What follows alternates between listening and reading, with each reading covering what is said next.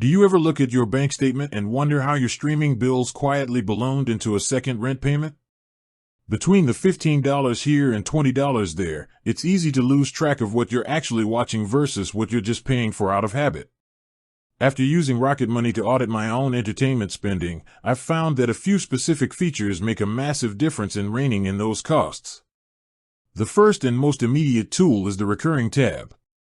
Instead of me having to hunt through months of bank transactions to find that one niche documentary service I signed up for 3 years ago, the app pulls every recurring charge into a single, clean list.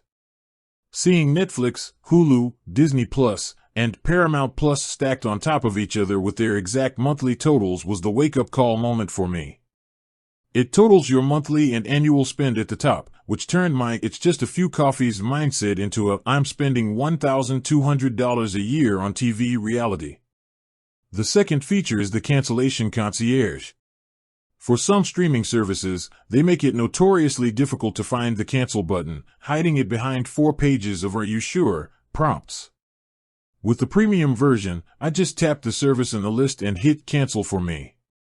The team handles the back and forth, which is a lifesaver for those services that require a phone call or a chat queue just to leave.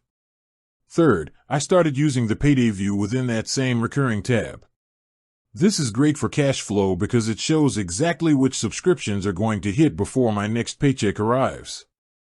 It allowed me to see that I had 3 major annual renewals hitting in the same week, giving me enough lead time to cancel the ones I wasn't using before the charge actually processed. Finally, don't sleep on the bill negotiation tool for your cable or internet bundles.